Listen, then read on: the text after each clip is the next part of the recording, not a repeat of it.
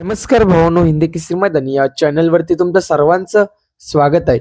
भावानो, social मीडियाच्या माध्यमातून बऱ्याच साऱ्या पोस्ट पडत होता की बकासूर आज आपला पळताना दिसणार आहे सलग तिसऱ्या दिवशी.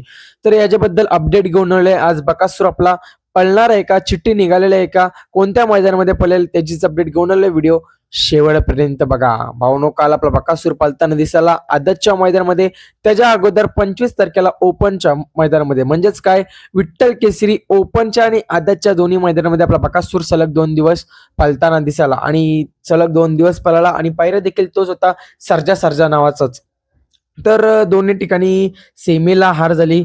तर भावानो, काल तुम्हाला माहितीच आहे बकासूरच्या नशिबेत कड आहेत आणि कडच लागली, कडेने गाडी लागली, बकासूरची सेमीला हार झाली. असो भावानो, आता वळूया आपल्या महत्त्वाच्या विषयाकडे. बकासूर आपला आज मैदानामध्ये पळताना दिसणार आहे का? तर नाही. आज आपला बकासूर कोणत्याच मैदानामध्ये पळणार नाहीये. पोस्टवर कोणी अवलंबून राहू नका. आज आपला बकासूर पळणार नाहीये, पूर्णपणे आरामावर असणार आहे बकासूर. आणि आता कोणत्या मैदानामध्ये पळेल याची अपडेट देखील लवकरच आपल्या चॅनलवरती येणारच आहे. आपल्या चॅनलला नवीन असाल तर चॅनलला सबस्क्राईब करायला विसरू नका, कारण आपण बैलगाडी क्षेत्रामधील नवीन नवीन अपडेट्स घेऊन येत असतो.